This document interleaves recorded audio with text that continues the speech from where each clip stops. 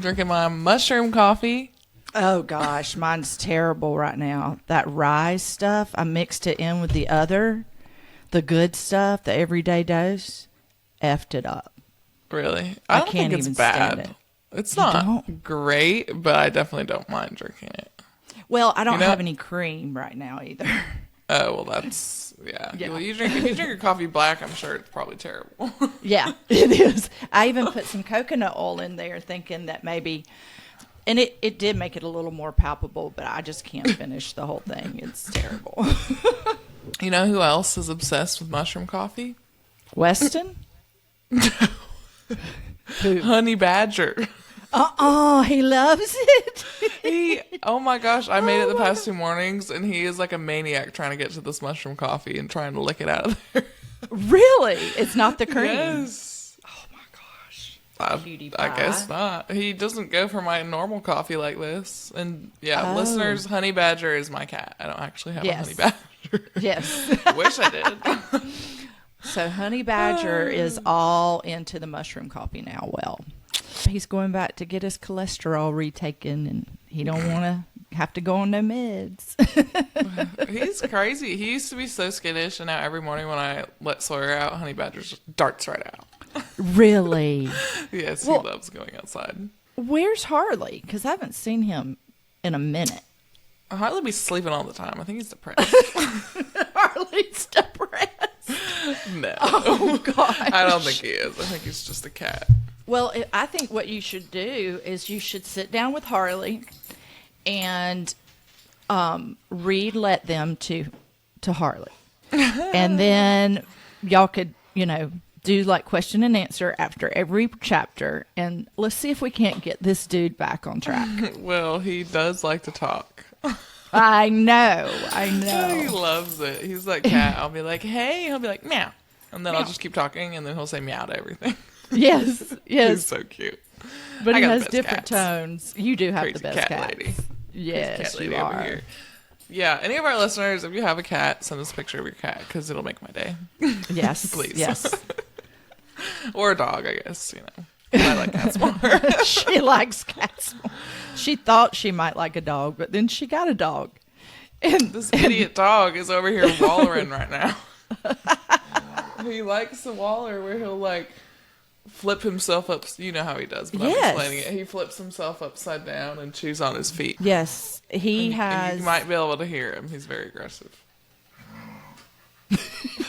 I hear him. Well, and the other thing about that little booger, it's his way of pouting or getting his aggression out. Oh yeah, when if he's he's not getting frustrated. attention, he's gonna waller. Yeah. Yep. It's If he doesn't terrible. get his way, that's just like Garrett and Dawson's Kramer. Like if they try to clean out his ears, and Dawson is the one that has to do it, he gets mad and goes and sits for hours. Will get in his bed and refuse to make eye contact with you. It is like total They're shame. toddlers. They are Versus so when you toddlers. do something to make a cat mad. Oh my god. Is that his stomach growling? No, that's what the sound he makes when he wallers. Soy. I'm gonna need you to calm down. Mommy's trying to film, okay? But when you make a cat mad, it's like a 3-month campaign Yes. where they're gaslighting you or something. They are. And they look at I'm you being with such shame. gaslighted today, this morning. I don't know what Really? I did. I put Sawyer's Frisbee on the table. It's gone. I don't know where it is. I looked all morning. And it wasn't. I took him out at like 3 a.m. and he wanted to put the Frisbee, so I took it from him. I put him on the table. It's gone. Oh my gosh. I'll find it. I know you just got it for him. Oh, you'll find it. No doubt the cats took it somewhere. Oh yeah. Yeah. The hair ties is the funniest thing. Oh my god. The other night, Weston had some beef jerky and he ate the whole bag. It was. Of course. I'm not trying to make him look bad. He ate the whole bag and he just left it by the couch. And then 5 minutes later, we see Harley racing across the house and he's carrying the bag of beef jerky. The empty bag. It was pretty hilarious. Oh my gosh. And those cats, man, cats can't be shamed. Nope. You cannot. Can't parent them. You just have to cannot accept parent a your cat. fate. Yeah. So listeners out there, let us know what kind of personality your cat has, because... Are they a demon? Yes. Yeah, sorry for all the background noises today. I can't control my children. No. It's Friday. They're ready for the weekend. Guess what? What? I am going to let them act crazy. Yes. Speaking of which. Yes. That's a great segue into our fun topic today. I'm sure maybe some of you have heard of this book we're going to talk about today. Kind of taken the internet by storm, and I can see why after reading it. I'm like, wow, this is probably the most revolutionary and simple self-help book I've ever read. And I feel like it's already making a difference in my life. Like, and I really didn't have to work that hard to apply it. It's just like that little reminder, like if I'm getting annoyed or whatever, let them do it. I'm just going to focus on what I can control. Right. For sure. So yeah, this book, wait, we didn't even introduce ourselves. Welcome to the Generational Tea Podcast. I'm Kana. And I'm Ronnie. And today we are going to talk about Let Them by Mel Robbins. Boss chick, boss book. Yes, all of it. Boss. All the boss. Yeah, 10 out of 10 boss. 100% Mel. Well, before we dive into how this book is already working in our lives and how it can start to change yours as well, we do want to, again, ask for reviews, follows, subscribes, likes, all of it. It just goes to build our podcast so we can reach more women and build a bigger community of women, and we can all keep growing and learning together. So not only that, but it really does make our day. We do put a lot of work into this, and so this is how you can help us out if you want to and you enjoy our stuff. So leave us a something. Leave us a little message. Yes. Let's talk about human nature. And first of all, we always need to be studying ourselves and reevaluating things and just studying it just to be aware. You don't have to necessarily start out by making big changes. These are little small things that you can do. But if you don't have the self-awareness, so the first thing we want you to do while you're listening to this is just kind of, if you can, take a deep breath and just hold on, because we've got some great news for you. Yeah. A lot of the book, Mel brings it back to, look at the criminals here. He's going for the mushroom coffee. Okay, sorry. A lot of this book, Mel is referencing back to psychology and research and human nature, and just acknowledging the fact that we are hardwired for a need for control. We may not want to admit it. Here comes the other criminal, Harley. He also wants to get some of that mushroom coffee. This is why filming is impossible. Okay. Anyways. Yes, we are all hardwired with the need for control. Some more than others, and I feel like a lot of it is based on experiences you have. You may feel like you need to control things more if you want to protect yourself or whatever. Ask yourself this. Have you been fighting to change those around you, control situations, or worry about what people say or think? Guilty. Yes. Same. Yes. But bad news. All of that is just creating unnecessary stress, tension, and friction for yourself and your relationships. And it's taking away your own power. Whether we realize it or not, over time, this has a huge impact on us. So this is the premise of the Let Them book, and why millions of people have read and raved about this book. And we are now two of those people. Like I said, this is my favorite self-help book I have ever read. As someone that's just been chronically worried about what other people think about me for years and years, and trying to manage my perception, other people's perception of me, this just hit me really hard, and I needed it. So today we're just going to dig into the first 9 chapters, because we think that's where the most simple, valuable insights, and we're probably going to take insights from her book in other episodes we do as well, but we highly recommend reading it all the way through. It's just so much good stuff throughout each chapter. And it reads, to me, it's an easy read, because it doesn't flow like a self-help book. She's really good about tying in personal stories and giving us, examples and specifics that how she herself has applied the Let Them theory as well. So it is a great read. Yeah, it is for sure. And just to kind of preview, we're going to talk about Let Them, which is what the book is called, and it's, it's very important. And then the other half of that as well is Let Me. So it's a kind of a 50-50 equation, and both parts are really cool for different reasons. So we're going to dig into both of those parts, and then little bit of other fun stuff, what I like to call the trilogy of doom as well. We'll get there.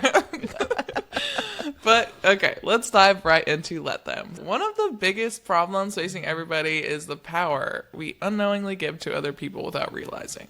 So with these two simple words, let them, you can find freedom centered in peace of mind, reclaimed energy and time, and just more emotional bandwidth, which I think you might not notice when it's missing, but when you finally do reclaim it and you have it, you can definitely tell the difference. Absolutely.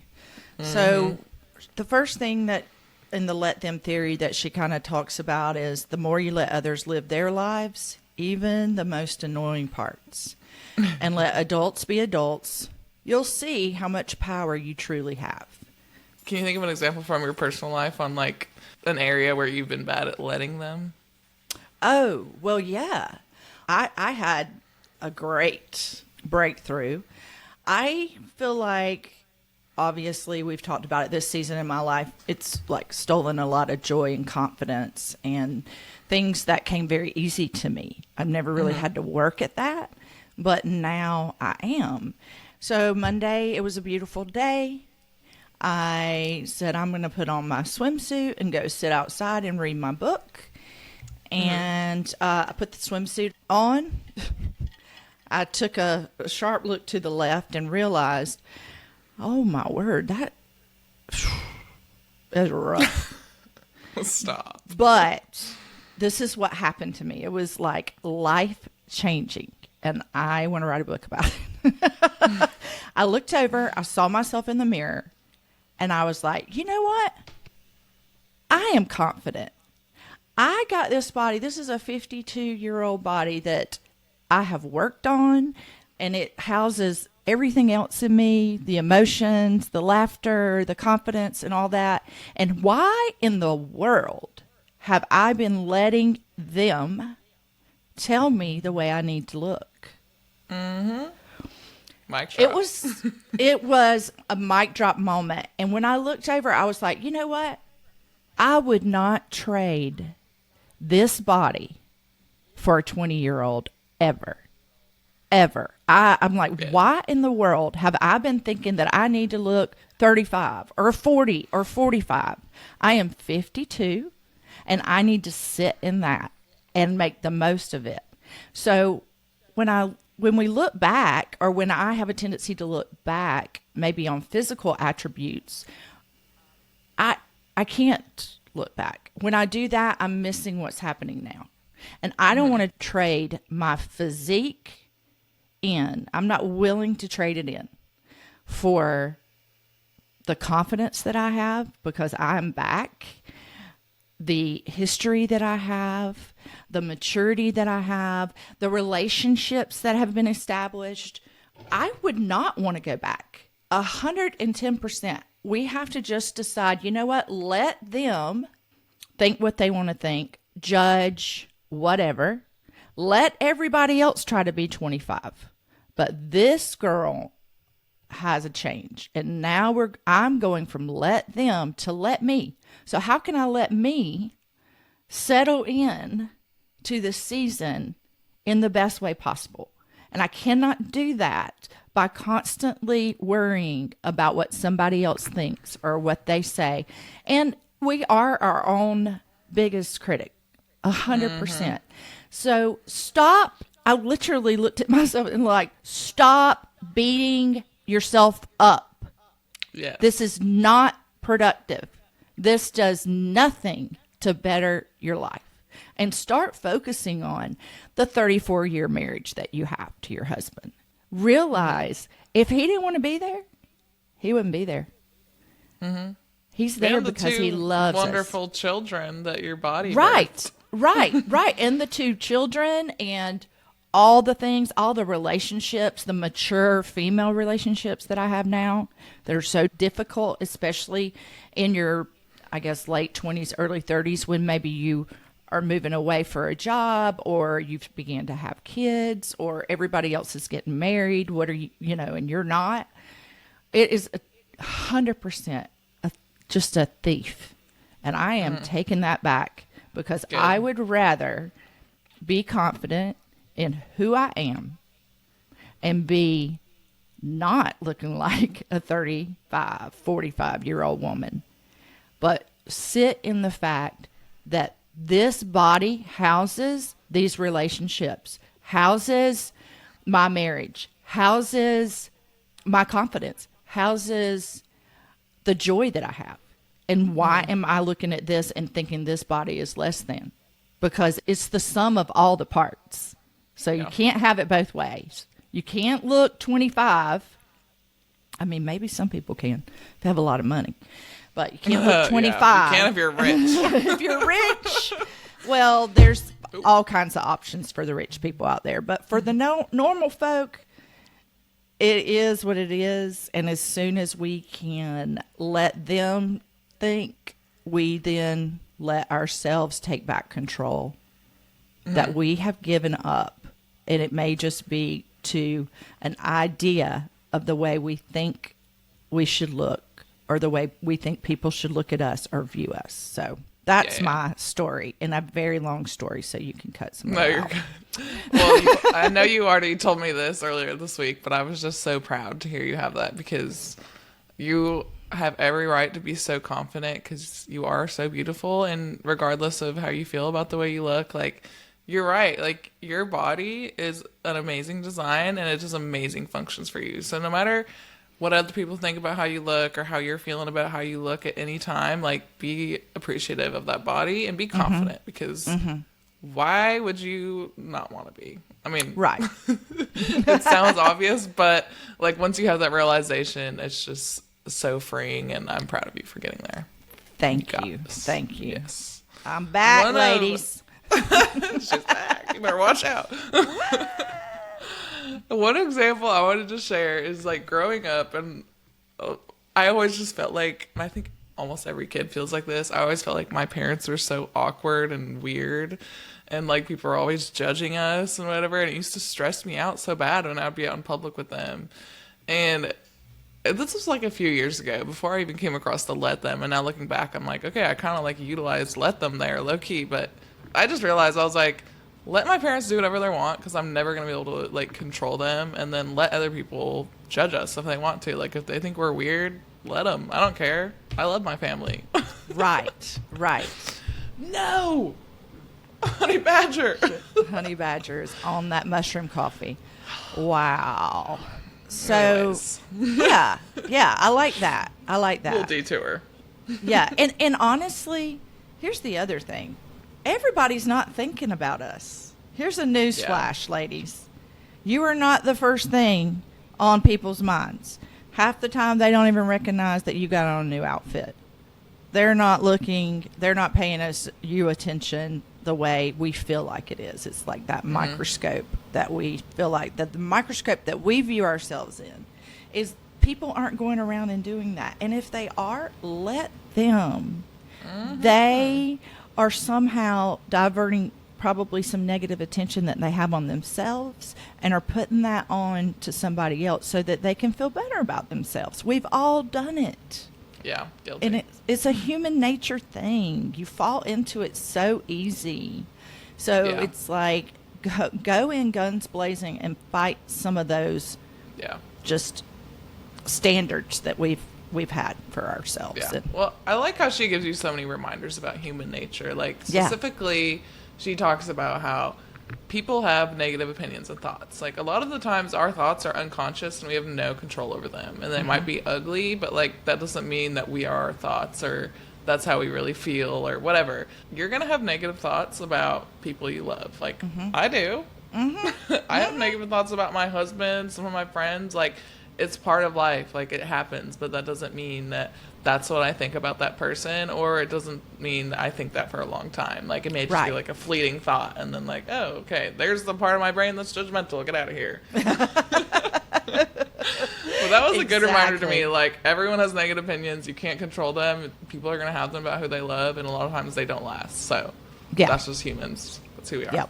Anyways, we're going to give you some examples of how you can let them in your own life and what this might look like. So, let them have judgmental opinions, like we were just saying. let my family be late to everything like it's their job. I'm not going to keep stressing over that. Yes. Let grandpa tell you the same story for the 100th time. And spoiler alert, it's not going to be short, but you can get through it. Right. Because they need to tell it. Yeah. Let people hate the photo I just posted. Your outfit was fire. You post that photo, who cares if you get like 3 likes? You look fabulous. Exactly. Let my family be judgmental about my career.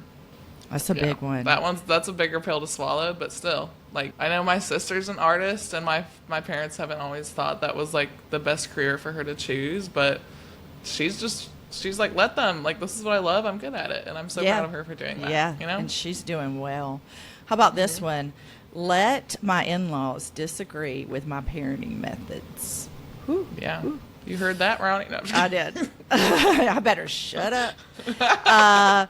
Let the neighbor's dog yodel into the void at 3 a.m. Now this was happening last night. Really? Yes. Dude, I swear every person in this neighborhood has at least one dog. Oh, my goodness. It's like constant barking fest over here. So, yeah, I have to let them bark into the void at 3 a.m. Yes. It's great. Let your friends not invite you to brunch. Because don't stress about why you didn't get an invite. It's not worth it. Right. It's not worth it, I promise you. It's not. Let them ghost you. I think this is a great segue into the next point is when you're letting people do them, you're letting them show you who they are. Yes. And then you get to decide what to do with that information. So if that person wants to ghost you or treat you that way or never invite you out, now you know that maybe you're not a high priority for them. Or maybe that causes you to self-reflect and think, okay, I haven't been there for them, so why would they want to invite me out? Exactly. If it's something that you've lost. It can give you more information, and then that information can lead to either self-realizations or maybe just realizations about that relationship or that person. And you can either decide, I need to change my behavior, I need to have a conversation with this person, or I need to cut my access to them. Yes. You never know. And here's a Ronnieism. When people show you who they are, believe them. Yeah. Believe them. And this is not a one-time thing because you like you said, we all deserve do-overs. But if there's somebody in your life that, you know, almost every interaction is negative or they're putting you down, believe what they're saying. Don't try to convince them. Let them show you who they are. And then believe it. And make adjustments accordingly. Yeah, absolutely. And it's not really about giving in. It's really about releasing yourself from control you never had. Mm-hmm. So you truly don't have control, and it can be hard to accept that. That can make you just feel out of control and helpless. But I think once you realize the power you have in your own energy and time and responses, you kind of lose that sense of helplessness. And you're just like, all right, it is what it is. I'll just do me over here. Never mind me over here. Yeah. So really quickly, I just wanted to discuss like the roots of the let them theory and where this came from. It wasn't just something where she was like, oh, this new idea. It is rooted in ancient philosophies and some guiding psychological concepts, which I really find interesting. And I think it's one of the reasons why this book has had such a massive impact on people. The first one is stoicism philosophy, which I've heard of a few times. I've never really learned that much about it, but essentially what that is just focusing on yourself because that's where your true power lies. So I think we can see how that connects to the let them theory. Yes. I actually went and did a little bit more research on this because I really didn't know what it was either. Just really quick. It says stoicism teaches the development of self-control and fortitude as a means of overcoming destructive emotions.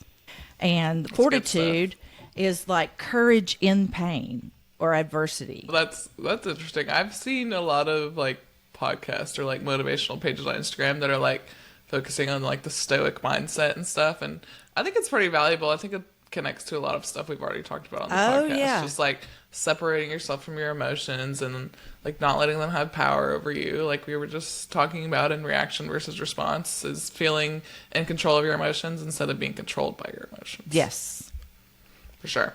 So the next thing that the roots of let them came from is, I think this is from Buddhism, is this idea of radical acceptance. And if you listen to our Power of Now episode, I think this is a similar concept to when he talks about surrendering and just complete and total acceptance and surrender. So essentially, this is theorizing that the pain we feel often stems from wishing things were different than they are. And boy, if that isn't so true.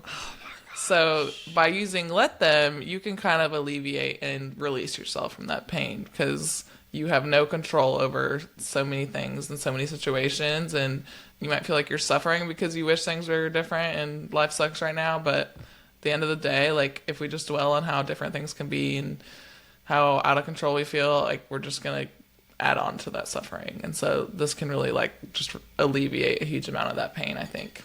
Yeah, it's all about, again, managing expectations. Mm-hmm. There's things that you can change, but more likely there's very little that we can change. And when that gives us back our power. Yeah, absolutely. We want to take back that power. We're going to snatch it. That's right. I'm in a weird mood this morning. Okay. Anyways, the last one is the psychological theory, and it's called detachment theory. So essentially, this is creating mental gaps between your emotions and the situation at hand. So you're able to observe without spiraling into your emotions and letting them overcome you. So a lot of these are connected and very similar, and we've talked about a lot of things that relate to these. So yeah, there's got to be something to it. Yes, it's a common thread. Yes. So her second half of this theory is the let me. The train doesn't stop at let them. Let me is where the real power lies, because that really is the only thing that you have control over, is what you're doing, how you're thinking, what your expectations are. So let me allows you to tap into taking responsibility for what you do, think, or say. Let me stop expecting others to read my mind. Huge. Let me communicate when it's uncomfortable. Communicate when it's uncomfortable. And that's one thing that I have, if I get on my soapbox with Jim, sometimes, or a lot of times, I'm like, you have no idea how blessed you are to have me in your life, because I have never asked you to read my mind. I'm very clear about what has happened, how I feel about it, the way I need to respond to it. And so, just stop expecting others to read your mind. They can't. We cannot. Let me take accountability for how I show up for people.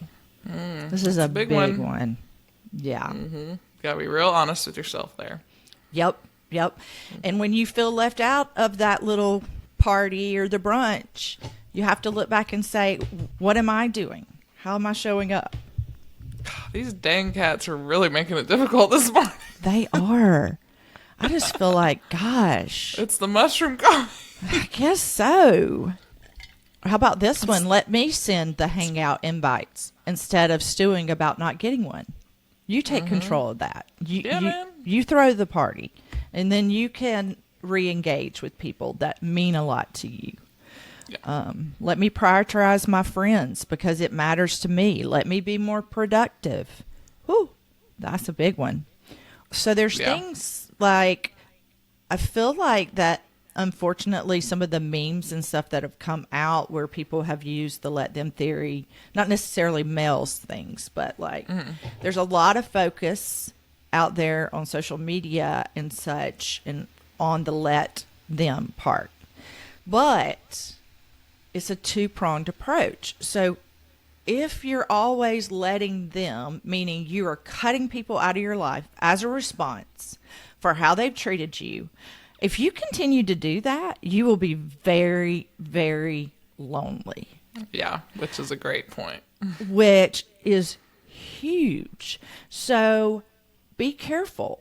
There'll be times that you're going to need to cut people out of your life. You can still do that with love. You can do that by respecting them and yourselves. This theory, I feel like, really helps navigate some of those difficult relationships, transitions, just because you lived beside this girl, your best friend. She was your best friend all through your school years. And then it doesn't mean that it always has to be that way. People change. Don't get so hung up on the history. Consider the history as you're moving forward. that history doesn't have to necessarily drive the car, the GPS. Yeah. Exactly. Yeah, I think that's a great point, and I would say it's the harder of the two. Like, I think it's both are difficult, but I feel like it's easier for you to adopt the mindset of like let them. Yes. But let me, if it's something for you need to let me take accountability for how you show up and you haven't been showing up good, that's painful to realize. That's painful to work through because you are going to be disappointed in yourself and it's going to suck. But at the end of the day, taking accountability for that is what's going to cause you to be able to change that because you can feel that hurt and feel that growth. And then, I want to show up differently next time. But let me is definitely the tougher pill to swallow. But I think it's the most valuable in your own life. Yes. All right. We ready to talk about the trilogy of doom? The trilogy of doom. The stress, opinions, and difficult people.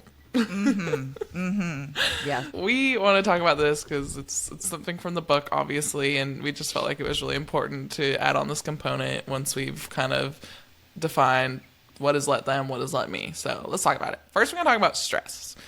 It is going to happen. People will people, and your body is going to react because our stress response is automatic. We can't control whether we go into a stress state, but we can control how we react to that shifting, and we can reset our stress response. So regulate our nervous systems, and then all the good stuff after that. We can use let them to stop giving every stress-inducing situation a VIP pass to your nervous system.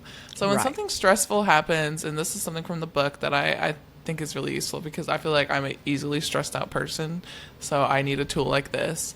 Ask yourself, will this bother me in an hour, a day, a week, a year, a month? If it's yes, respond with a let me mindset. And I think this kind of goes back to like reacting versus responding. Yeah. Because when you react, your stress response is on and you haven't done anything to turn it off or reset it. Right. So you're reacting from the emotions and the stress. When you're responding, you're taking a breath and you're saying, okay, how do I want to respond? And how can I respond in a way that serves myself, this relationship, and not my ego or my emotions? So respond with that let me mindset. But if the answer is no and this stressful thing isn't going to bother you in a week or a year, let them, and then you just move on like the boundary setting stoic legend you are, okay? Yes. Preach. That will preach for sure. Yeah. Also, one of the issues is external opinions. We've been talking about that a lot already. Other people's opinions are often the invisible prison holding us back. So we need some ways that we can go through that is, ask ourselves, what would I do if I wasn't scared of being judged? How would I respond in this situation? It could be even something like, what would I wear? Where would I go? And then also, what conversation would I have? What risk would I take? What pic would I post if I stopped filtering my personality? Yeah, this is a big one for me. Take it off. I need to ask myself these questions constantly. But I'm getting better at it. I mean, honestly, I was in the prison of other people's opinions for so long, and I feel like the first major step of me getting out was becoming a podcaster because I've been so afraid to put my voice out there and like tell people how I feel about things. Yeah. And so doing this has been a big step of being like, bye. Yes. I'm out. I don't care what you gotta think, okay? Yes. What she said in this book too, this really struck a chord with me, and I don't know what episode it was on, but I feel like we've been talking about this. But anytime you edit what you post, silence yourself or shrink yourself to fit other people's comfort, you're engaging in self-rejection. You are actively telling yourself, I'm not good enough for this or X, Y, and Z. And that was such a monumental realization for me. And I don't even know when I realized it, but just realizing that when I am shrinking myself or not saying it or not posting that picture, whatever it was, I was literally telling myself, like, you're not good enough. And then I wonder why I have, like, self-loathing and self-hatred for myself and self-doubt. I'm like, well, I'm actively, like, engaging in self-rejection a lot of the time. And I was like, wow. Ouch. Yeah.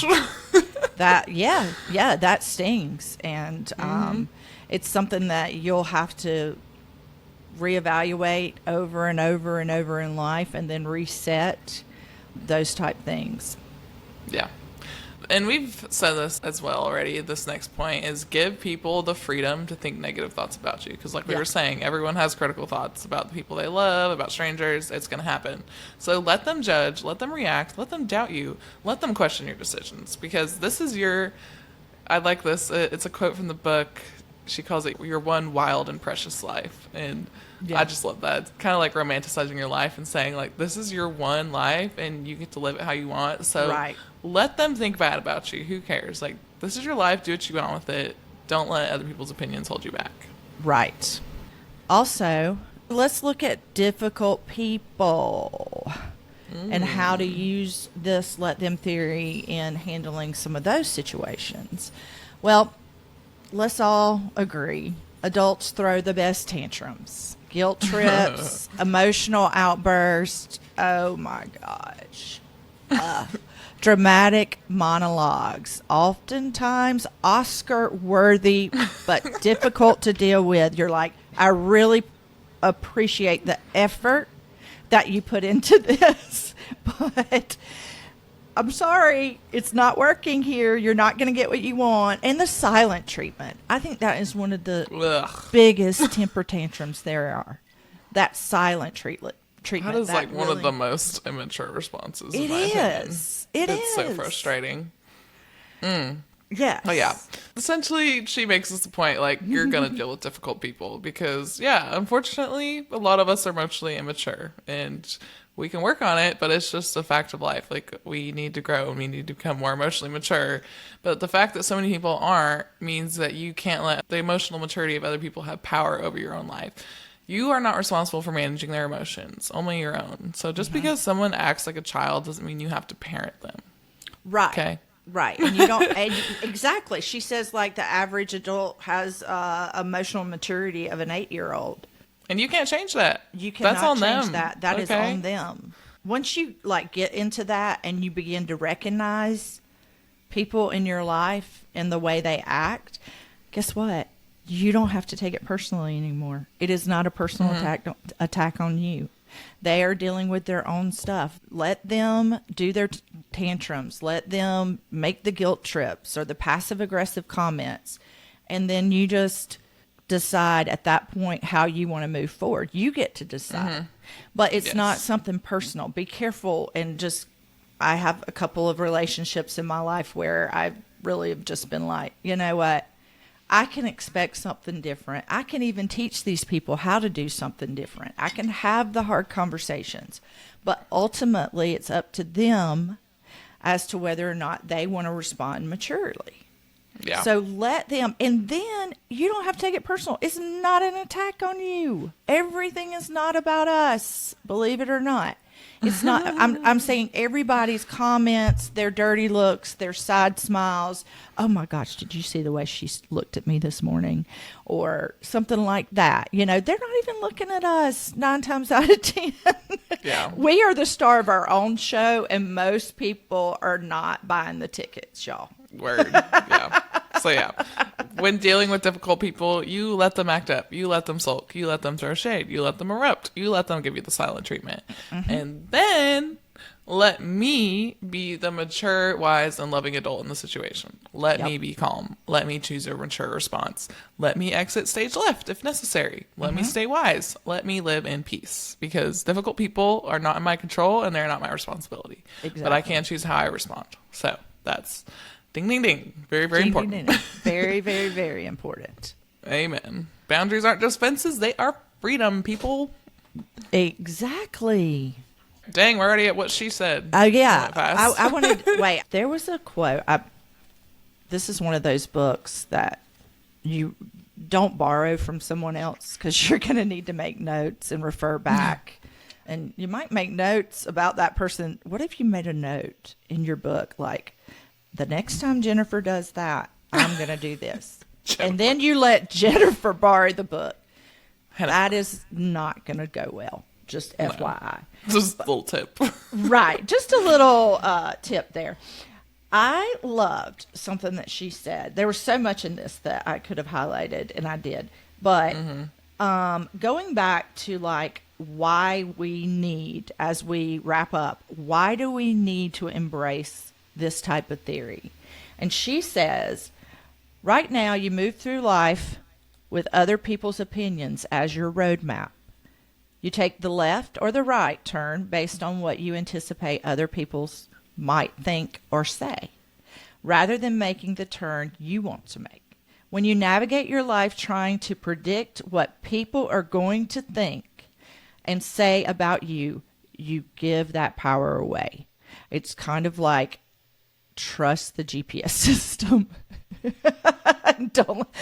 I mean, that's a whole nother podcast. There's a lot of quote-worthy moments. There's so much in here, y'all. I just hope that you'll take the time. Like I said, I thought it was a very easy read. Very easy read. Definitely. And just so much. Even if you only get to like half the book, it can really make a big difference in your life for sure. Yeah, for sure. All right. Well, you just got a bonus, what she said, so you're welcome. Oh, yeah. All right. And now the second one. So another quote from the book. So from Mel Robbins herself, obviously.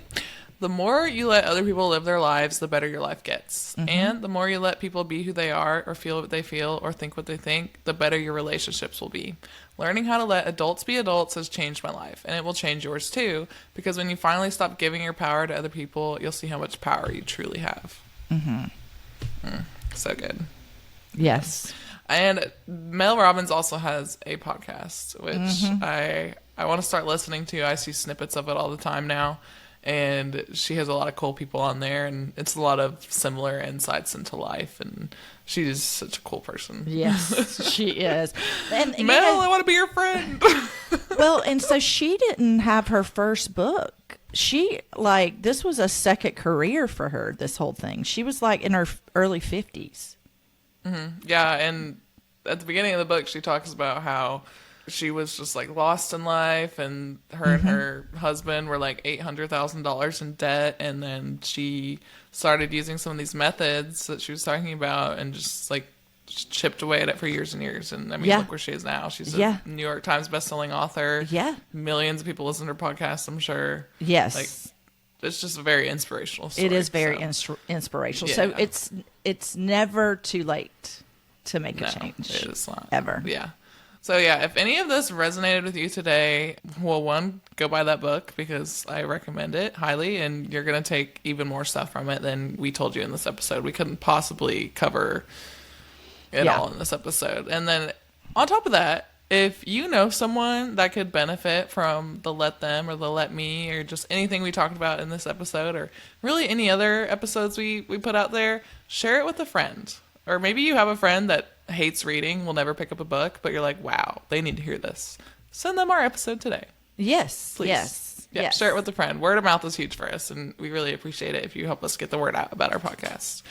Anyways, let's get to the challenge of the week. So we are going to ask you to start implementing the Let Them theory in your life. So let's try it. I don't know what areas of your life you need to utilize it more. I know I have specific areas of my life where I could let them better, and then I have areas of my life where I could let me better. So let us know what changes you notice, how you feel, anything else. We want to, hear the growth and hear how it's impacting you, because it's definitely making a difference in my own life. So I'd love to hear the same stories from other girls. Yes. So if you have somebody that one way that you could possibly use this podcast in a situation like that is just to listen to it together with a friend. Maybe it's a conversation that you've been wanting to have with that friend because you see, I have been in maybe the last 8 months to a year. You see your friend and you see how much they're struggling, but you may not be able to put that into words. This can be a way to kind of broach the talk about the subject, bring it up, and then follow up with that part. Girl, okay. Are we done? Can we please be done? Can we please let the bleeding stop? Make it. Oh my girl, stop. Ronnie, you've been doing fine. You may feel like it's just hard to focus or speak, but your performance is fine. So okay. Well, as you guys know, this is our time where we conclude our podcast, and we would love to help you guys come to, I have no idea what I'm saying. Okay. And that's the tea. Yes. Oh, my Lord.